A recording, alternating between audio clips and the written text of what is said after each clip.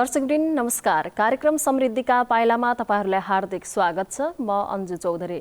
लुम्बिनी प्रदेश सरकार आन्तरिक मामिला तथा कानुन मन्त्रालयको सहकार्यमा एनटिभी कोहलपुरले तयार पारेको कार्यक्रम समृद्धिका पाइला तपाई हरेक मंगलबार साँझ 7:30 बजे र बुधबार बिहान 9 बजे एनटिभी कोहलपुरमा हेर्न सक्नुहुन्छ। साथै यो कार्यक्रम एनटिभी न्यूजमा हरेक बिहीबार साँझ 7 बजेको समाचारपछि पनि प्रसारण हुने गर्दछ। यस कार्यक्रममा हामी प्रदेश सरकारले गरेको विकास निर्माण, अघि सारेका नयाँ योजनाहरू लगायत शिक्षा, स्वास्थ्य, रोजगारी र सम्भावना लगायतका विषयमा केन्द्रित रहेर चर्चा गर्ने गर्छौं। दर्शकवृन्द, सुरुमा लागौं आजका विषयवस्तुतर्फ।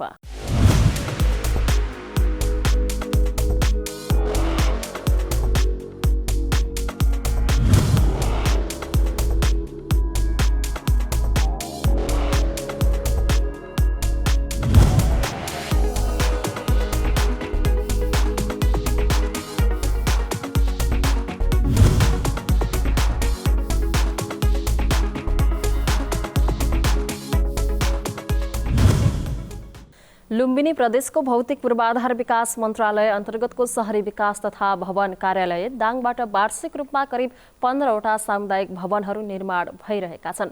घोराईमा 2075 साल मङ्सिर महिनामा शहरी विकास तथा भवन डिभिजन कार्यालय स्थापना भएपछिको 2 वर्षमा एउटा सार्वजनिक पुस्तकालयको भवन निर्माण सम्पन्न भई हस्तान्तरण भइसकेको छ भने अन्य केही भवनहरू निर्माण सम्पन्न भई हस्तान्तरण हुने चरणमा छन्। दाङसहित रोल्पा, प्युठान र पूर्वी रुकुममा समेत सामुदायिक र स्वास्थ्य संस्थाका भवनहरू निर्माण भइरहेका छन्। हाम्रा दाङ संवाददाता सन्तोष सुवेदीले आफ्नो रिपोर्टमा यो सामग्री समेटेका छन्। घोराईको मुख्य बजारमा रहेको सर्वोदय पुस्तकालयको यो 2 तले भवन लुम्बिनी प्रदेश सरकारको लगानीमा निर्माण सम्पन्न भएको हो। साबिक राप्ती अञ्चलकै जेठो पुस्तकालयको रूपमा रहेको यो सर्वोदय पुस्तकालय राजनैतिक इतिहास समेत बोकेको पुस्तकालय हो। 2010 सालमा स्थापना भएको यो पुस्तकालय वर्षौंसम्म जीर्ण भवनमा सञ्चालन भइरहेकोमा मुख्यमन्त्री शङ्कर पोखरेलको विशेष पहलमा नयाँ भवन निर्माण भएपछि यसको स्वरूप नै बदलिएको छ। पुस्तकालय सञ्चालनका लागि आवश्यक आर्थिक स्रोत जुटाउने माध्यम पनि अहिले यही भवन बनेको छ। भवनको तल्लो तलामा व्यापारिक सटरहरू निर्माण गरी भाडामा लगाइएको छ भने माथिल्लो तलामा वाचनालय सहितको पुस्तकालय रहेको छ।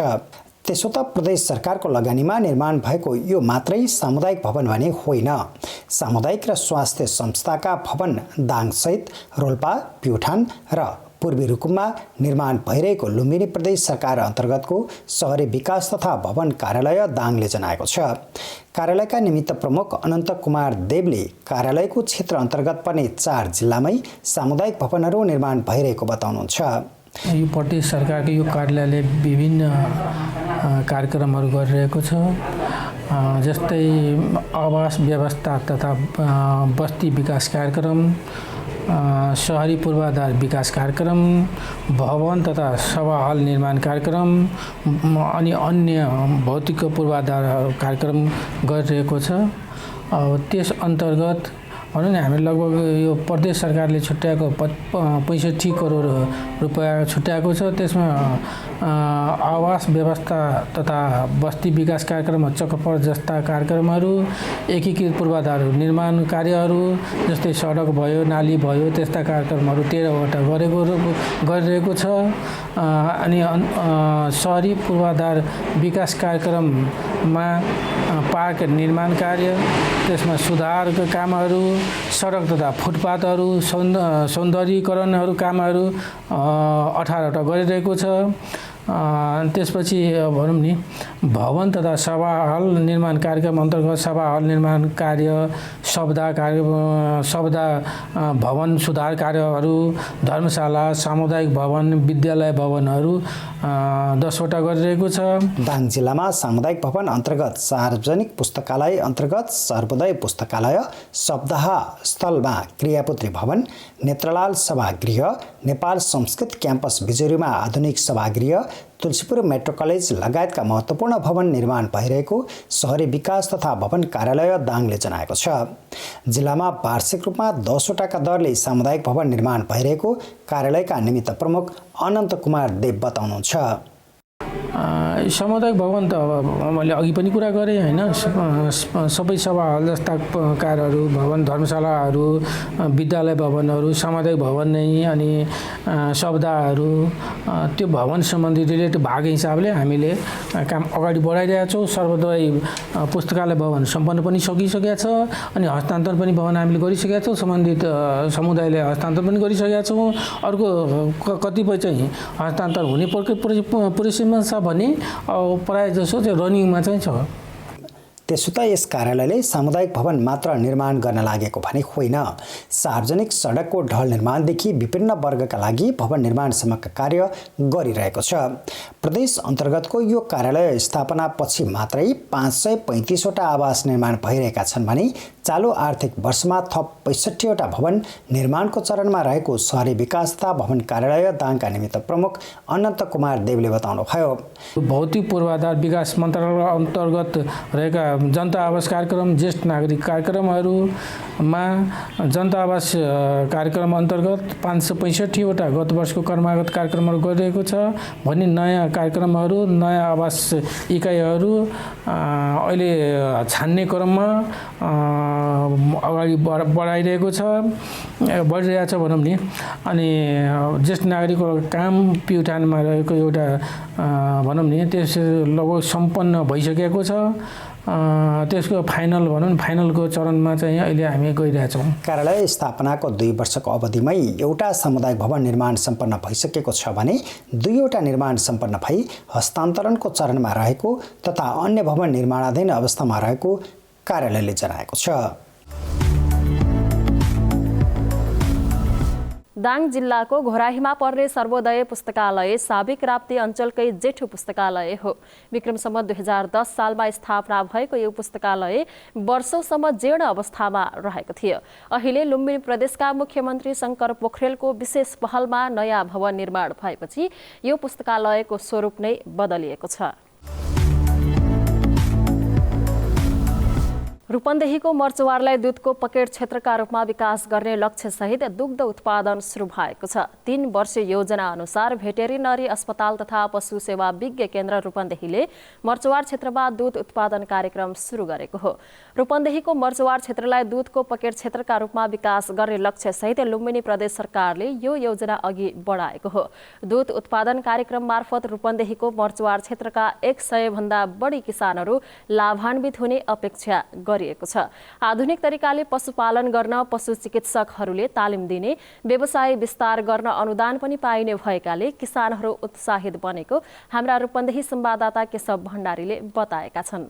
रूपन्देहीको मर्चवार क्षेत्रलाई दुधको पकेट क्षेत्रका रूपमा विकास गर्ने लक्ष्य सहित लुम्बिनी प्रदेश सरकारले यो योजना अघि बढाएको हो। बनगाई मर्चवार सडक करिडोर आसपासका 100 भन्दा बढी किसानहरूलाई लक्षित गरी कार्यक्रम सुरु भएको आयोजना 3 वर्षसम्म सञ्चालन हुनेछ।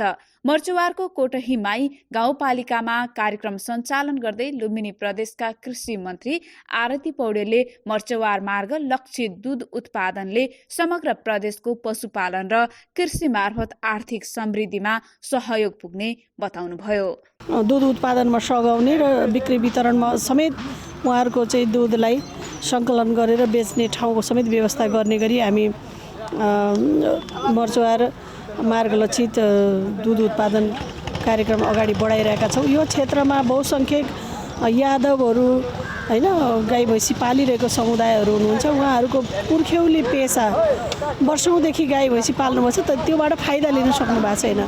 त्यसलाई चाहिँ फाइदा मुनाफामुखी बनाउने उद्देश्यका साथ हामी जोडिएका छौँ यो क्षेत्रमा। मर्चवार क्षेत्रका अधिकांश नागरिकको मुख्य पेसा कृषि र पशुपालन हो। त्यसैले परम्परागत निर्वाहमुखी पशुपालन गर्दै आएका किसानलाई व्यावसायिक बनाउन प्रदेश सरकारले कार्यक्रम सुरु गरेको मन्त्री पौडेलले बताउनुभयो। अब आधुनिकीकरण गर्ने, व्यवसायीकरण गर्नको लागि विभिन्न खालका कार्यक्रमहरू प्रदेश सरकारले अगाडि बढाइरहेको छ।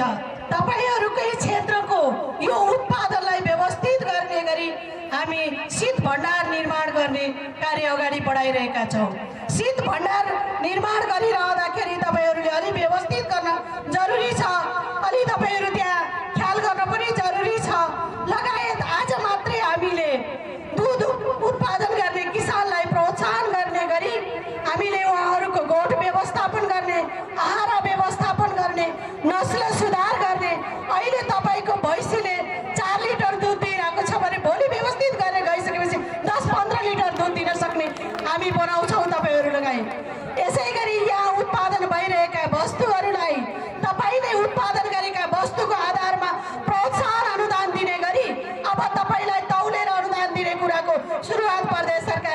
रहेको छ। पशु सेवा विज्ञ केन्द्रको 50 लाख अनुदान तथा किसानको 50,25,000 रुपियाँ लागतमा आयोजना सञ्चालन भएको भेटेरिनरी अस्पताल तथा पशु सेवा विज्ञ केन्द्र रूपन्देहीका प्रमुख प्रवेज आलमले बताउनुभयो। पहिलो वर्ष गोठ निर्माण तथा सुधार गर्ने, घाँसको बिउ तथा बेर्ना वितरण, परजीवी नियन्त्रण गर्ने, औषधोपचार, भिटामिन तथा खनिजको व्यवस्था, इलेक्ट्रिक च्याप कटर लगायतमा अनुदान दिने आलमले जानकारी दिनुभयो। यो योजना किसानका लागि आर्थिक समृद्धिको आधार बन्ने समेत बताउनुभयो।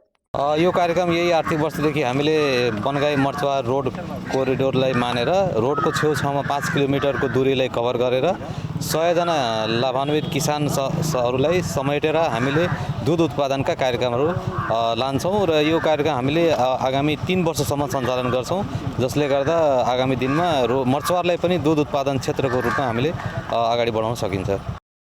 कार्यक्रम सञ्चालन गर्न किसानहरूले सञ्चालक समिति बनाएका छन्। आधुनिक तरिकाले पशुपालन गर्न पशु चिकित्सकहरूले तालिम दिने, व्यवसाय विस्तार गर्न अनुदान पनि पाइने भएकाले किसानहरू उत्साहित बनेका हुन्। अहिले मर्चवार क्षेत्रमा उत्पादन भएको दुध बुटवल, भैरहवा तथा भारतको नौतन हवा क्षेत्रमा बिक्री हुँदै आएको छ। मुख्य पेशा कृषि र पशुपालन भएका नागरिकहरूले पनि परम्परागत काम गरिरहेका छन्। तालिम पश्चात व्यवस्थित गरी दुध उत्पादन बढाउने किसानहरूले बताएका छन्। यसबाट आफूहरूको जीवनमा परिवर्तन आउने आशा पनि राखेका छन्। अहिले त 4वटा छन्, अनुदान आएपछि अझ 4वटा 5वटा थप्ने हो, अनि थपिसकेपछि भैँसीको सङ्ख्या बढेपछि अब हाम्रो दुधको पनि उत्पादन बढ्छ। दुध उत्पादन बढ्दै गएपछि दोस्रो वर्षदेखि डेरी सञ्चालनमा अनुदान, चिस्यान केन्द्र स्थापना, बजारीकरणमा सहयोग गर्ने कार्यक्रम छ। एआई सेन्टर स्थापना, घाँस स्रोत केन्द्र स्थापना, मिल्क क्यान र काउम्याट खरिद लगायतमा अनुदान दिने विज्ञ केन्द्रले जनाएको छ। लुम्बिनी प्रदेश सरकारले घरमै आएर किसानका कुरा बुझ्ने, सुन्ने गर्न थालेपछि किसान पनि खुसी भएका छन्। तराईमा पशुपालनको प्रचुर सम्भावना रहे पनि हरेक तवरले पिछडिएको रूपन्देहीको मर्चवार क्षेत्रमा लुम्बिनी प्रदेश सरकारले उच्च प्राथमिकताका आधारमा विकासको अभियान चलाएपछि स्थानीयहरू हर्षित भएका छन्। बाँकीको कोहलपुर 8मा विराट खानेपानी आयोजना उद्घाटन गरिएको छ। खानेपानी आयोजनाको लुम्बिनी प्रदेशका भौतिक पूर्वाधार तथा विकास मन्त्री बैजनाथ चौधरीले उद्घाटन गर्नुभएको हो। मन्त्री चौधरीले कोहलपुर क्षेत्रको अन्य थप विकासका लागि यस नगरको अध्ययन अनुसन्धान गरिरहेको जानकारी दिनुभयो। विराट खानेपानी तथा सरसफाई उपभोक्ता संस्था निर्माण भएको 9 वर्षपछि विधिवत रूपमा सञ्चालनमा आएको छ। 5,68,51,751 रुपियाँ लागत खर्चमा निर्माण भएको यो खानेपानी संस्थाले कोहलपुर क्षेत्रका 1,000 घरधुरी अर्थात् 14,260 जना लाभान्वित हुने विराट खानेपानी तथा सरसफाई उपभोक्ता संस्थाका अध्यक्ष सुदर्शन देवकोटाले जानकारी दिनुभयो। 5 वर्षभित्रमा प्रदेशका सबै जनतालाई सर्वसुलभ स्वच्छ खानेपानी उपलब्ध गराउने सरकारको लक्ष्य अनुसार अहिले प्रदेशका सबै जिल्लाहरूमा खानेपानीका ठूला ठूला आयोजनाहरू सञ्चालन भइरहेका छन्। प्रदेश सरकारको लगानीमा सञ्चालन भएका आयोजनाहरू मध्ये बाँके जिल्लाको कोहलपुर नगरपालिका वडा नम्बर 8 रामनगरमा पनि विराट खानेपानी आयोजनाको उद्घाटन गरिएको छ।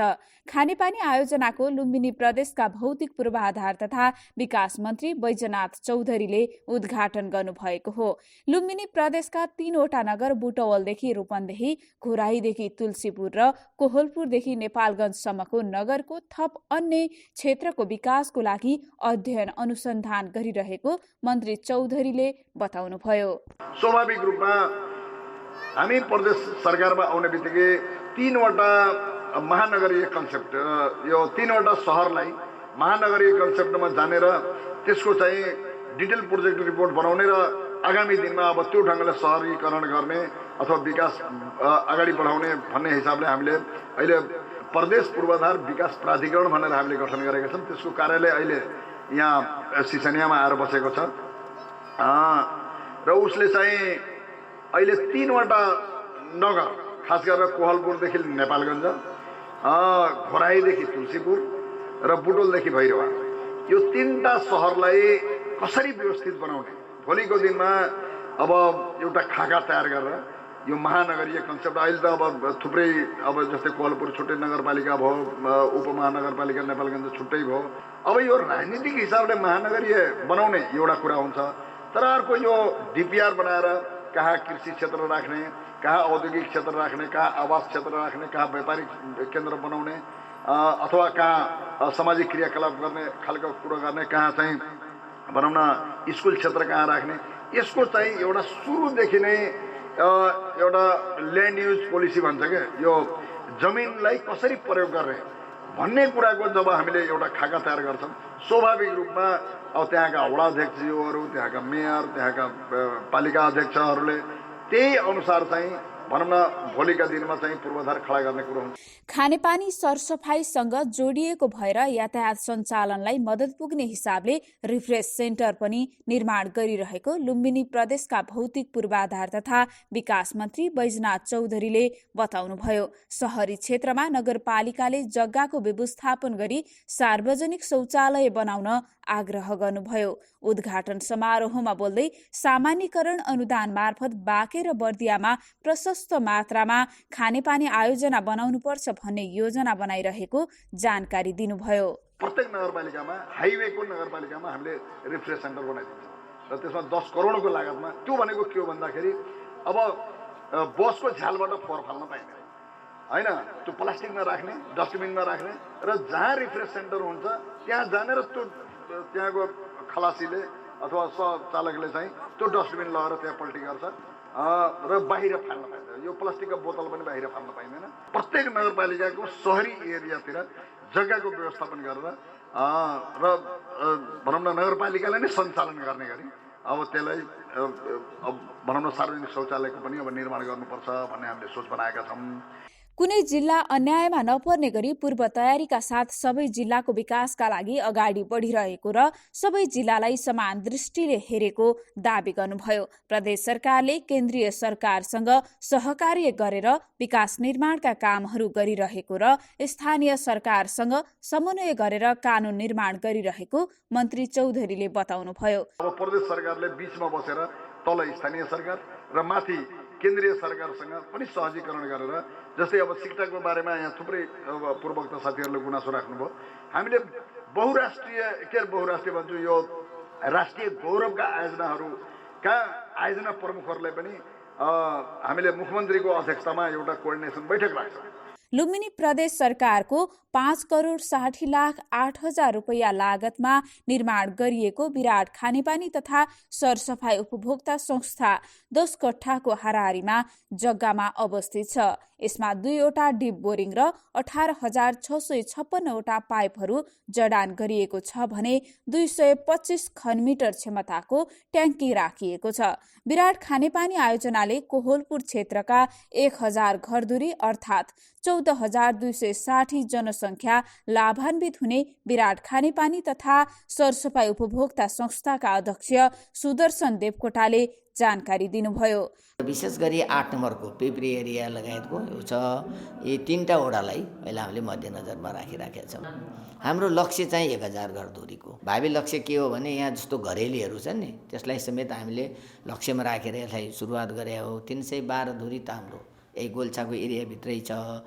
त्यो सबै सङ्ख्यालाई हामीले 8 नम्बर वडा, 6 नम्बर वडा, 10 नम्बर वडालाई जोड्दाखेरि अहिले वर्तमानमै पनि हाम्रो 1000को सङ्ख्यामा छन्।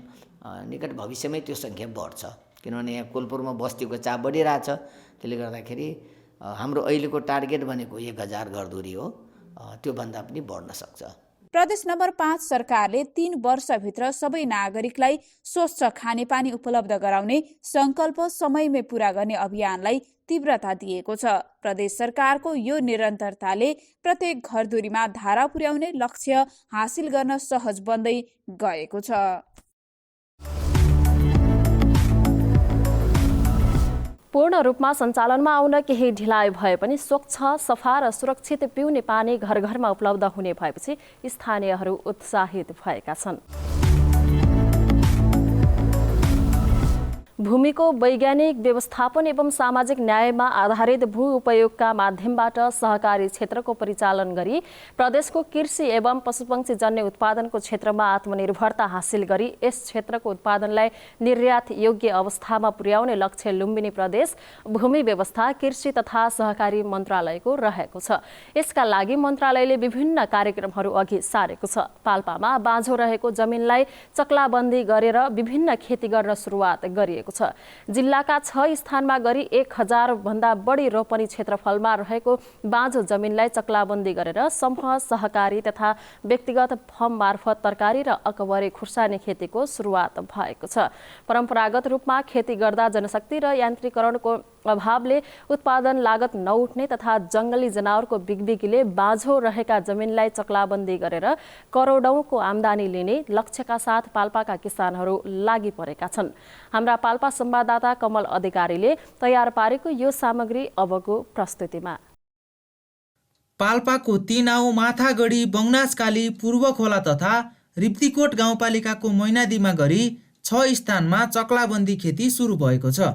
पछिल्लो समय खेती गर्न छाडेर बाँझो रहेका जमिनलाई पुनः खेतीयोग्य बनाउनका लागि बिउ तथा प्रविधिमा सहयोग गरेर तरकारी जोन कार्यालयले चक्लाबन्दी खेती सुरु गरेको हो। विगत लामो समयदेखि बाँझो रहेको जमिनमा चाहिँ हामीले त्यसलाई बाँझो जमिनलाई खेतीमा चाहिँ लिएर आउने र चाहिँ त्यसबाट एउटा व्यावसायिक रूपमा चाहिँ अकबरी खेती जुन पाल्पा जिल्लाको लागि अलिकति नयाँ खेती पनि हो, सो मार्फत एउटा चाहिँ व्यावसायिक खेतीको चाहिँ सुरुवात गराउने हामीले तयारी गरेर त्यो क्षेत्र हामीले छनौट गरेर सहभागी हामीले चाहिँ लाभग्राही छनौट गरेर चाहिँ कार्यक्रम अहिले सञ्चालन प्रक्रियामा रहेको छ र करिब 200 रोपनीमा चाहिँ त्यहाँ हामीले चाहिँ अकबरे खुर्सानी लगाउने चाहिँ योजनामा रहेका छौँ र विगत केही वर्षदेखि उत्पादन नलिरहेको जग्गामा केही नभए पनि 5-6 करोडको चाहिँ खुर्सानी उत्पादन त्यहाँबाट हामीले गर्न सक्छौँ भन्ने चाहिँ हामीले अनुमान लिएका छौँ र त्यहाँ हाम्रो कार्यालयको तर्फबाट करिब 10 लाख रुपियाँ हामीले चाहिँ अनुदान स्वीकृत गरेका छौँ। परम्परागत रूपमा खेती हुँदै आएका जमिनमा जनशक्तिको कमी, जंगली जनावरको बिगबिगी तथा लागत अनुसारको उत्पादन नहुँदा खेतीयोग्य जमिन बाँझो हुने क्रम बढेको छ। सरकारको नीति अनुसार खेतीयोग्य जमिनलाई उत्पादनशील बनाउन तथा बाँझो जमिनलाई चक्लाबन्दी गरेर तरकारी र अकबरे खुर्सानी लगाउन यहाँका किसान उत्साहित भएका छन्। खुर्सानी खेती गर्नलाई बिउको लागि कठिन भयो र मान्छे बसाइसराई र खेती किन गरेनन् भने जंगली जनावरले धेरै सतायो। बाँदर, दुम्सी, मृगहरू आउनेले गर्दा खेतीहरू नष्ट गरिदिने, लगाएको उत्पादन खान नपाउने, घाटामा गएको न छोडेको र खुर्सानी बाँदरले खाँदैन, मृगले दुम्सीले सताउँदैन भनेर हामी यसमा लागेका छौँ र जति अहिले हामीले बिउ खोज्न गाह्रो भयो र अब हामीले यो खेती गरिसकेपछि यो बिउ निकाल्ने टेक्निक तरिकाहरू हामी अलिकति सिकिसक्यो र अब उत्पादन गरेर चाहना हुनेलाई आगामी सालदेखि हामी अकबरे खुर्सानी बिउ जैसुकै फैलाउने भन्ने हाम्रो यो फर्मको उद्देश्य र कार्ययोजना पनि रहेको छ। विगतमा परम्परागत रूपमा खेती गर्दा उत्पादन लागत समेत नउठ्ने भएर बाँझो रहेका जमिनबाट अहिले करोडौंको आमदानी लिने लक्ष्य किसानको रहेको छ, जसका लागि स्थानीय तहले समेत सहजीकरण गरेका छन्। कृषिमा कसरी आकर्षण गर्ने भन्ने कुरा नै हाम्रो अहिले समस्या हो, देशभरिको समस्या हो। त्यसले गर्दा किसानलाई के चिज दिएर हुन्छ, मल दिएर हुन्छ कि बिउ दिएर हुन्छ कि सिप दिएर हुन्छ कि अथवा उहाँहरूलाई अरू केही अनुदान दिएर हुन्छ कि मेसिनरी चिज दिएर हुन्छ कि के दिएर हुन्छ अथवा प्रोत्साहन दिएर हुन्छ कि उत्पादन अनुदान दिएर हुन्छ कि यो सबै चिज गर्न खोजेको के भने किसानले खेती गरोस्, किसानले कृषिभन्दा अरू काम कम गरोस् भन्न खोजेको। तर हामी हरेक ठाउँमा अहिले बाँझो जमिन पाउँछौँ, हरेक टोलमा बाँझो जमिन छ।